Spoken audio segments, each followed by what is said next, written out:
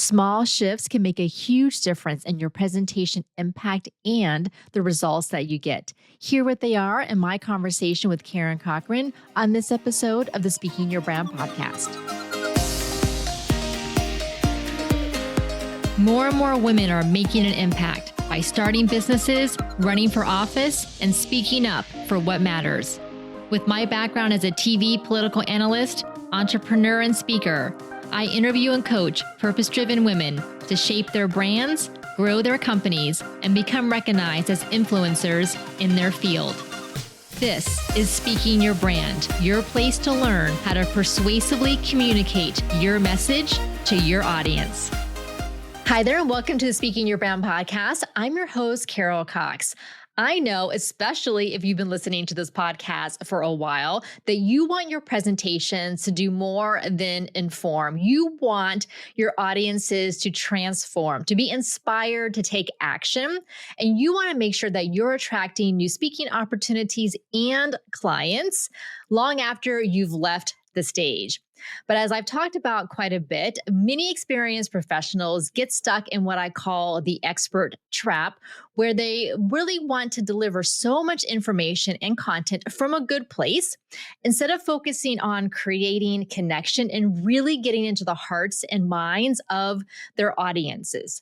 My guest today, Karen Cochran, has done this really well with the presentations that she's been delivering. She is the founder of Philanthropy Innovators, and she's led teams that have raised over $1 billion. I don't even know how to comprehend a number that big to be personally involved in. Karen worked with us in our one-day Speaking Accelerator Workshop in Orlando, Florida earlier this year, as well as in a presentation makeover before she presented at a conference. And we're going to talk about the results that she got from that conference. So we're going to talk about that approach that she took, what she learned about storytelling, and how she now uses her voice to inspire generosity and change. Karen, welcome to the Speaking Your Brand podcast. Thank you, Carol. It's a pleasure to be here. Well, I mentioned that you've led teams that have raised over $1 billion.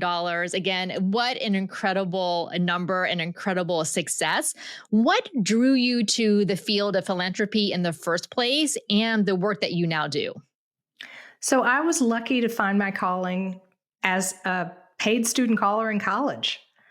And I really got hooked because I wanted to help people.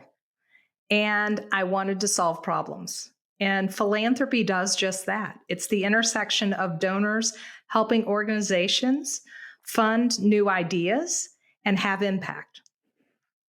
And so you then worked for other organizations until you started your own company?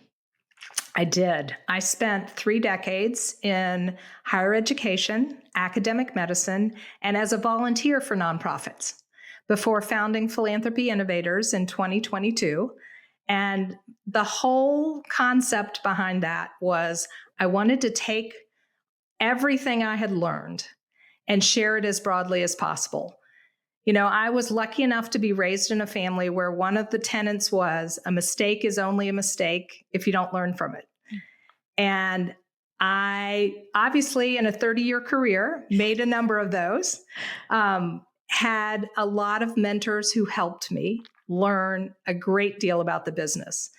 And as I reflected on what I wanted to do next, I really honed in on the fact that as fundraisers, we're very, very good at putting a bow around the cultivation, what we call the solicitation, the stewardship cycles, all of those things to have the donor experience what the impact is going to be. But we don't do a really good job of sharing what it really took to get the donor to say yes. Okay, so let's then dive into this presentation that you gave at a conference earlier this spring called AFP Icon. And I know it was a resounding success because you shared the feedback with me that you got from the people who were in the audience. I always love when conferences send the audience survey feedback that they collect. So it's really, really helpful because you get not only the quantitative data, like the 5, 4, 3, 2, 1 rankings, but also a lot of times people in the audience will leave testimonials and reactions. And let me share one of them because you sent this to me as well. Here's what one person said.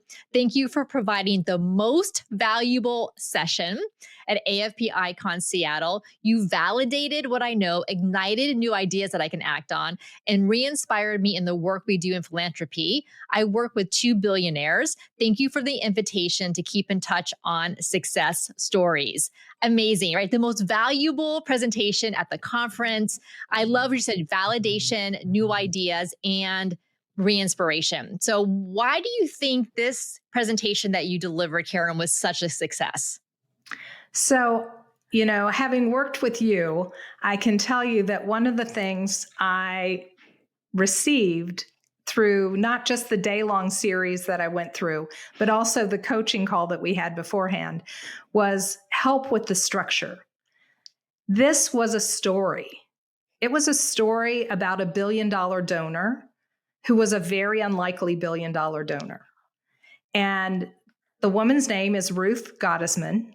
She gave $1 billion to Albert Einstein Medical Center in the Bronx, but she never expected she could do a gift of that size. And what happened was through a series of connections, right? Much like storytelling, fundraising is all about connection, right? Her connection was with a gentleman by the name of Dr. Azuha, who runs Albert Einstein.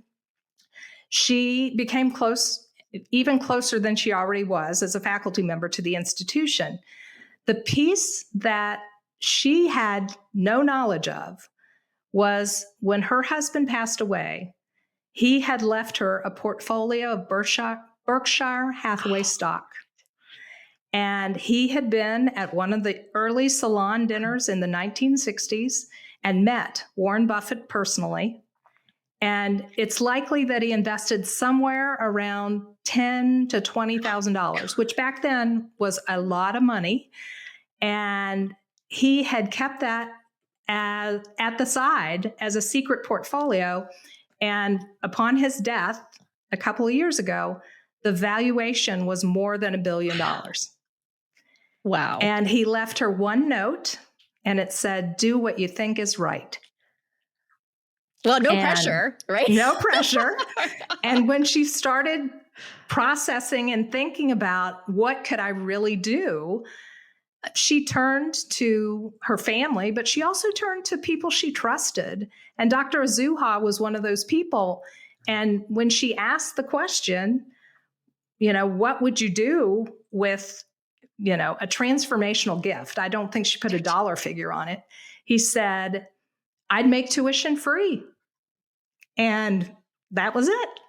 That was what she wanted her legacy to be.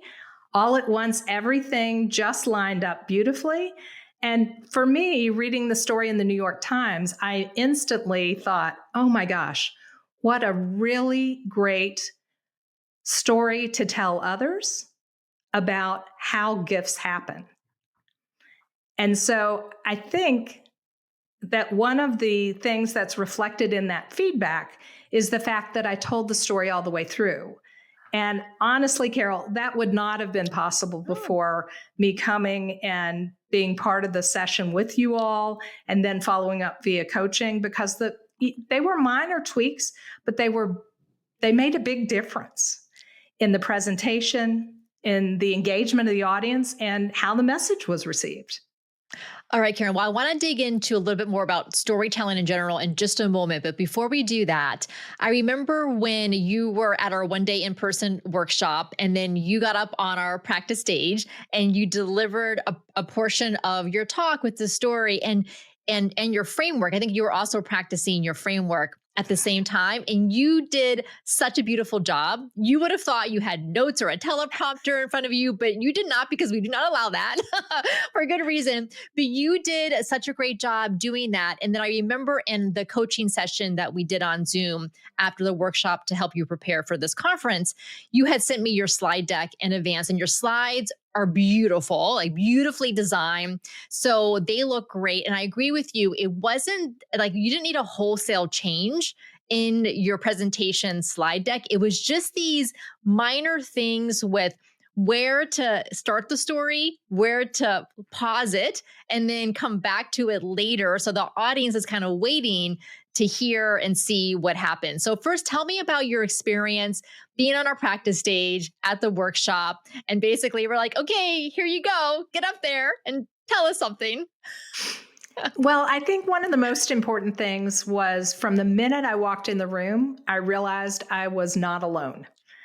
And I think so often when you are presenting, whether it's for even a panel, or if you're facilitating, or you're the keynote like I was out at Icon, it's really important to understand that going through a process can strengthen your ability to deliver the message. And that was so evident, not in a scripted kind of way, but in a welcoming kind of way. Because from the very beginning of that day, I was with, it happened to be a room of women, but women who were at similar pivot points in terms of their speaking journey. And the support I felt and my ability to really learn and grow from them can't be underestimated. It was really, really transformational for me. Oh, I love hearing that, Karen, because so much of the work that we do is one-on-one, because that's where we can really, dig deep and ask you questions and kind of pull out the different ideas and stories. But we also see such a benefit of bringing women together, literally into the same room, whether it's in person or even if it's in Zoom, because of that sense of, like you said, I'm not alone. Everyone's on this journey and at a similar point in the journey. And you do get so much energy and support and a sense of community and I think momentum coming out of something like that. Absolutely. The connections I made there are still very, very much alive. I've seen a number of women outside, because there was it wasn't exclusively Central Floridians, but I've seen a number of people in the community, and we've connected, and stayed in touch as supportive members and interested in one another's speaking journey. Oh, I love that. Yeah, it's interesting. We do get about half and half from Central Florida, Orlando, Central Florida, driving distance, and about half who fly in from Washington State, California, Texas, Boston, from all over the place. So it is a lot of fun to expand your network in that way.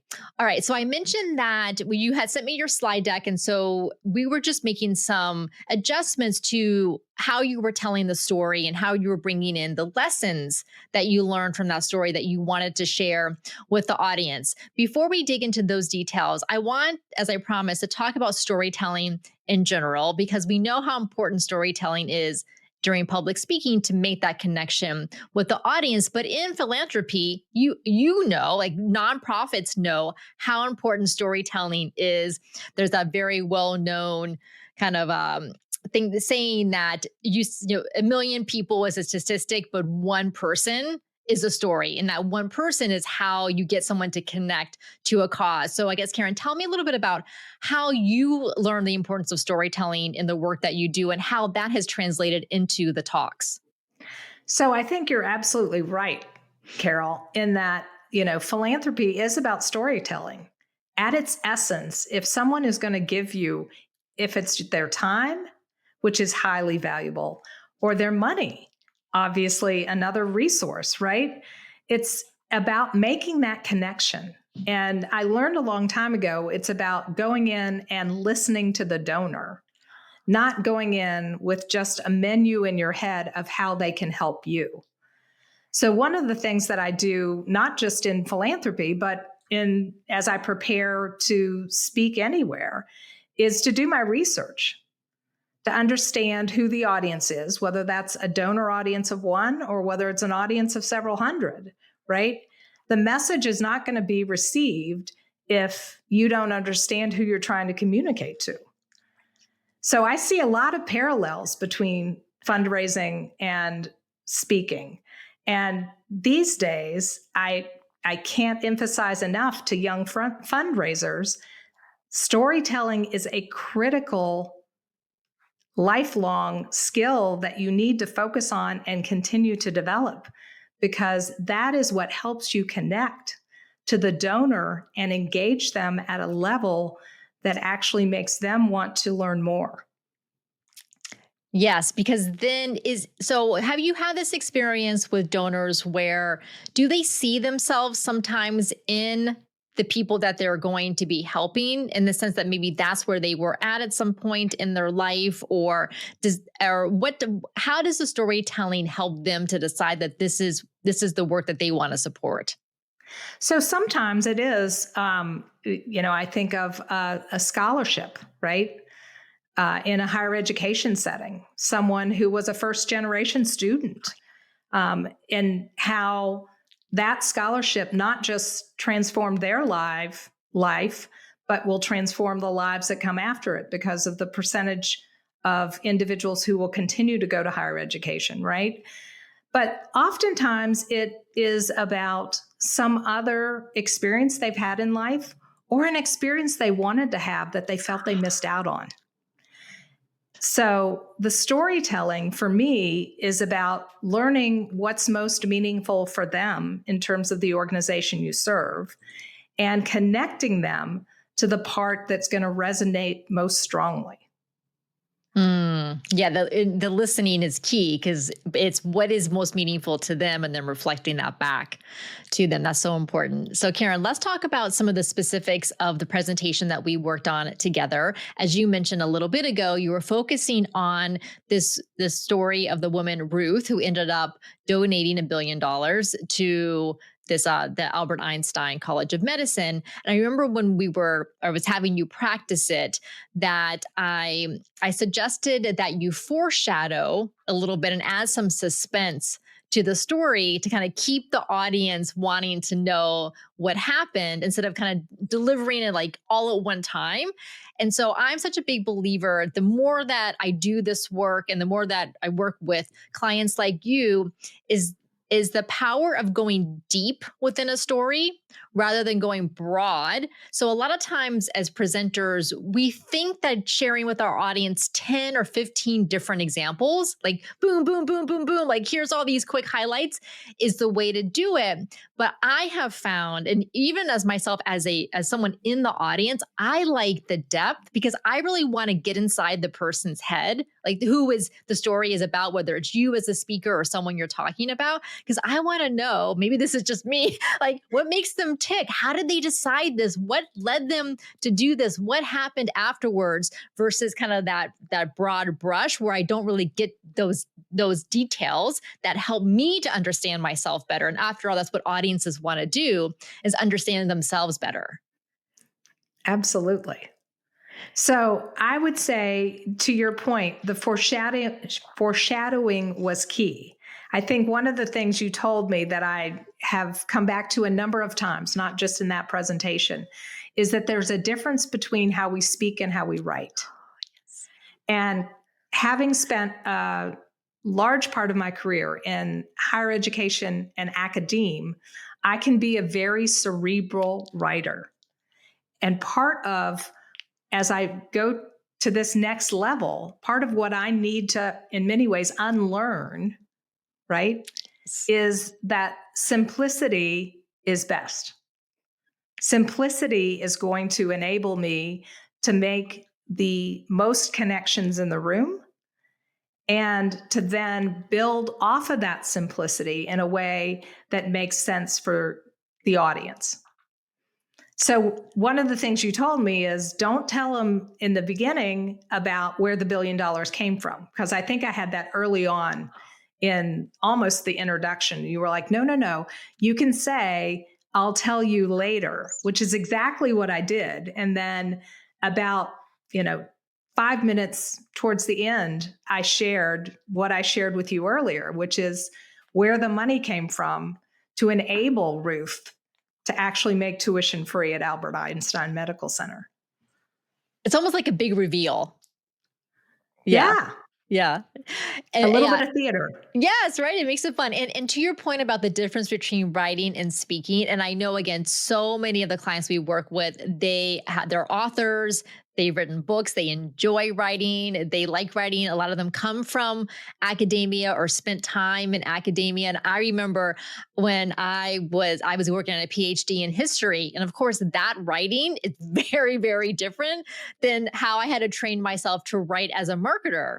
And it took a while for like the old writing muscles to switch over to the marketing style writing muscles. But now my challenge is, as I'm working on my book, I need to kind of unwind some of the marketing muscles because it's very short, pithy, right? Like, and instead books tend to be longer. Like I need to fill out more content. So it's kind of, you find that balance. But to your point about the difference between speaking and writing, and you probably have found this, Karen, too, is that when we write, we tend to use larger vocabulary words with more syllables, a lot more commas, a lot longer sentences. But when we talk, we generally do not do that because it's so much more fluid, and we're waiting also for the audience to react.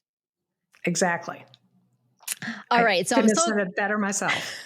Okay, well, I think you did. All right. So I'm so glad that this presentation was so successful for you. I see in my notes from that coaching session that we also talked about adding humor, because I very intentionally always make sure to add humor to my talks, because yes, usually something off the cuff will happen and I'll maybe make a joke that's kind of makes sense in the moment. But I also like to plan the humor because it's good to have some moments where the audience can kind of chuckle to themselves or smile to themselves. So do you remember what you did in your presentation for humor?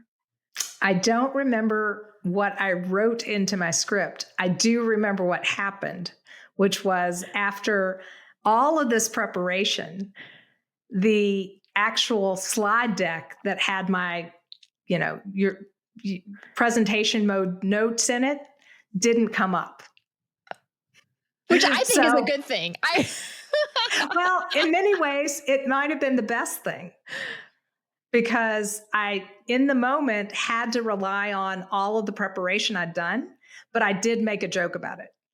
Oh, well, there And the you audience, go. right away, the audience cracked up. So that is good. Whenever technology doesn't work, the best thing to do is, number one, you just have to go with the flow. And then number two, just laugh about it because the audience will totally understand. Absolutely. What that's like. All right, Karen. So you have obviously done a lot of work in philanthropy. You've had a long career in it. So what advice do you have for whether it's speakers or leaders, whether they work in philanthropy or any type of industry, if they want to have the kind of success and presence and an impact that you're having with the talks and the workshops that you're doing? So I would say one of the things I've learned the most through my engagement with you, but also over the last 3 years, is give it the time it deserves.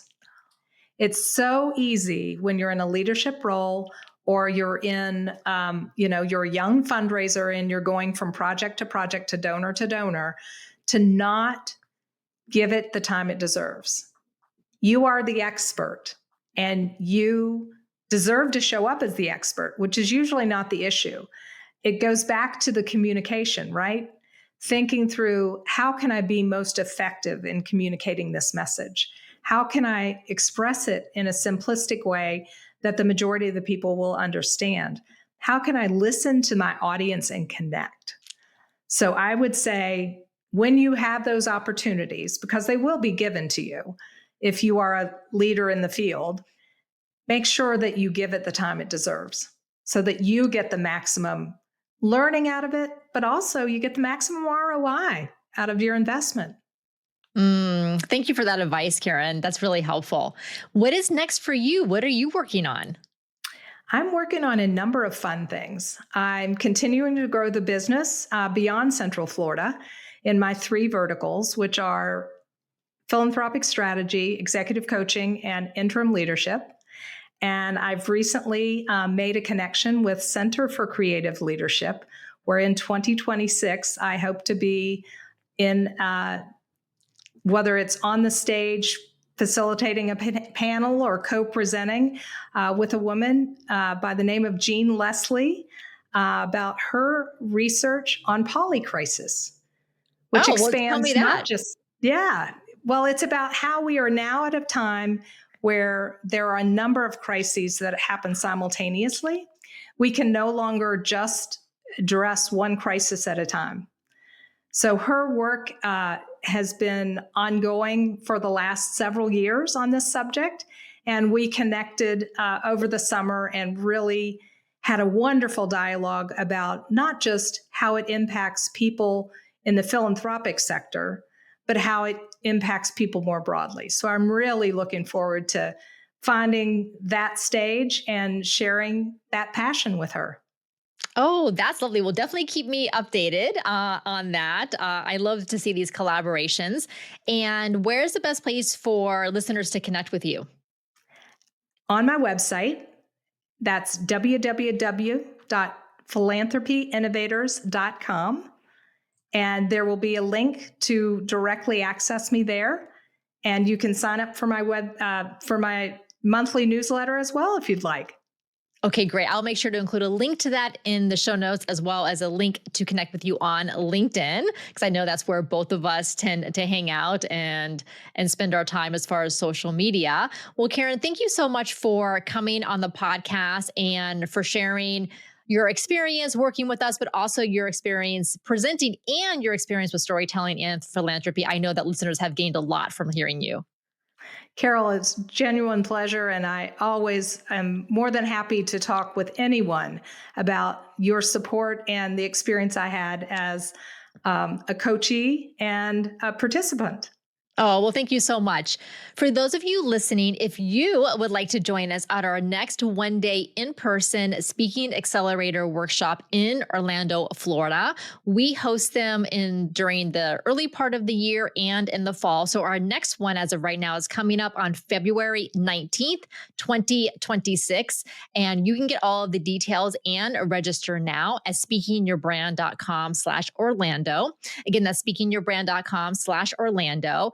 And if it's better for you to work virtually with us, we also offer presentation makeover packages. So we'll take your existing slide deck, outline, presentation that you have, and we'll give it a complete makeover, similar to what Karen and I talked about. Or we can start from scratch in a one-on-one VIP day, whatever is the best fit for you. And the best thing to do is to schedule a consultation call with us so that we can talk about what you need and the best options for you. You can do that at speakingyourbrand.com/contact. Until next time, thanks for listening.